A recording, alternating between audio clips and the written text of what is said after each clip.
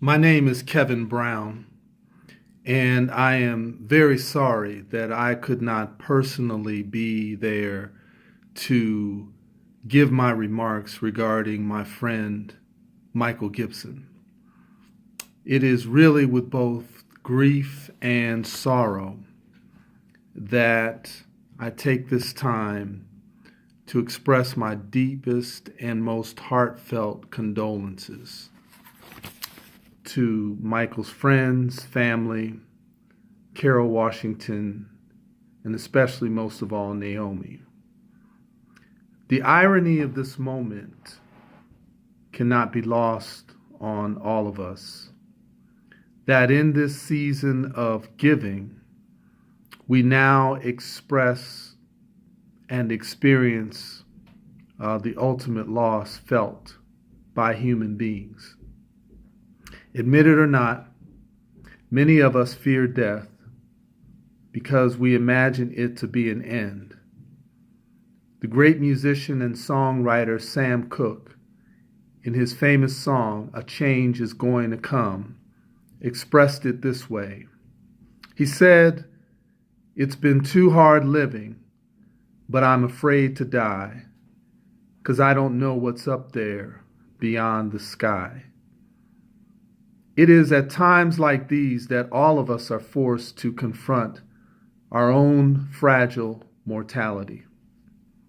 A great Christian preacher once said that funerals are for the living. He said this because the dead are at rest. Some of us say absent from the body and present with the Lord. And today, I would ask family and friends to take comfort in what many of us believe, that for Michael, the suffering of this life has ended. In fact, I take comfort that his pain has ended. He has no more sorrow, no more bills to pay, no more heartaches or regrets, no more fighting with insurance companies or government health care, no more arguments or anger, no more loss. And nothing that is said here today will neither help nor hurt Michael. He is at peace and eternal rest. I first met Michael Gibson in 1987. We were both college admissions counselors for a group of schools called the Claremont Colleges.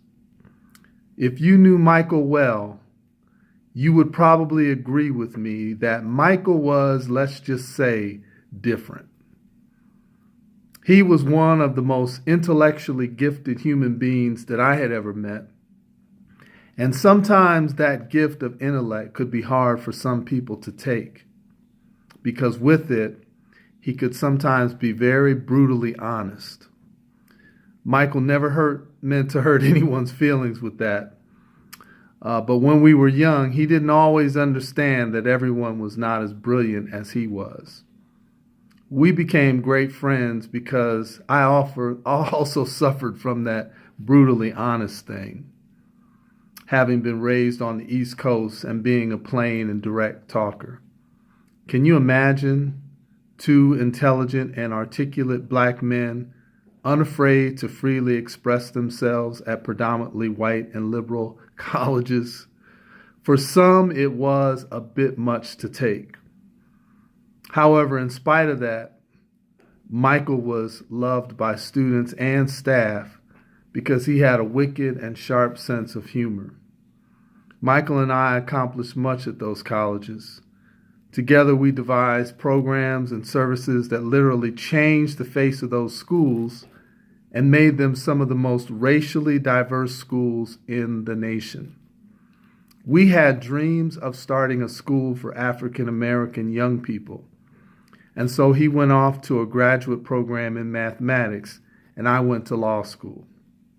We would connect again when we both finished our programs at the great Lawrenceville School in New Jersey. There we continued our advocacy for students of color, traveled together to Africa, studied there, and returned with dreams of becoming world changers. Unfortunately, we never got the opportunity to start that school. In life, timing is everything, and we just never got the opportunity. But that did not stop either of us from changing lives or making life better for young people who were less privileged. When you die, what would you like to be said about you to those who are left behind? I did not have the chance to ask Michael that question a couple of months ago when we last spoke, but I didn't have to, because Michael Gibson lived a life that many dream of living. He was not a religious person, but he was a spiritual man. He read thousands and thousands of books on almost every subject imaginable. He traveled the country and in other parts of this world. He experienced art and culture, and most importantly, he was able to leave a part of himself behind in his daughter Naomi, so that he still lives on.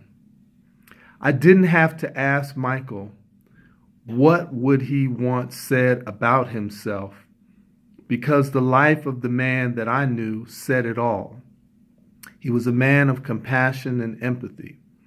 I witnessed this as he coached boys and girls in basketball and track and field. I witnessed how he would take his personal time and energy to help his students in his math classes and math clubs. I witnessed when he was a dorm parent, how he would patiently listen to teenagers with teenage problems and comfort them with words that said, in effect, there are new mercies every morning, and that tomorrow will be a better day. He loved teaching and he loved young people. But I think that the reason that we shared a 30-year bond of friendship had more to do with his firm belief in justice and doing the right thing. In countless ways, I was a witness to Michael's many efforts to help others less fortunate than himself. We who are left behind are also a part of Michael's legacy. You are here today because in both small and large ways, he touched your hearts. If I could leave you with these last few words of comfort that I believe embody the spirit of Michael, they would be: love is patient, love is kind, and is not jealous. Love does not brag and is not arrogant. Love does not act unbecomely.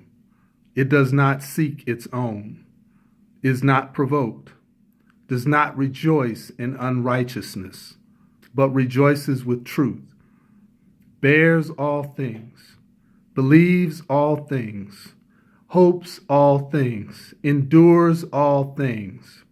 Love never fails. To Naomi, Carol, family, and friends, Michael loved you all. There are, in the end, 3 things that last: faith, hope, and love. And the greatest of these is love. Even in the sorrow of your loss, be encouraged and know that there is no power greater than love.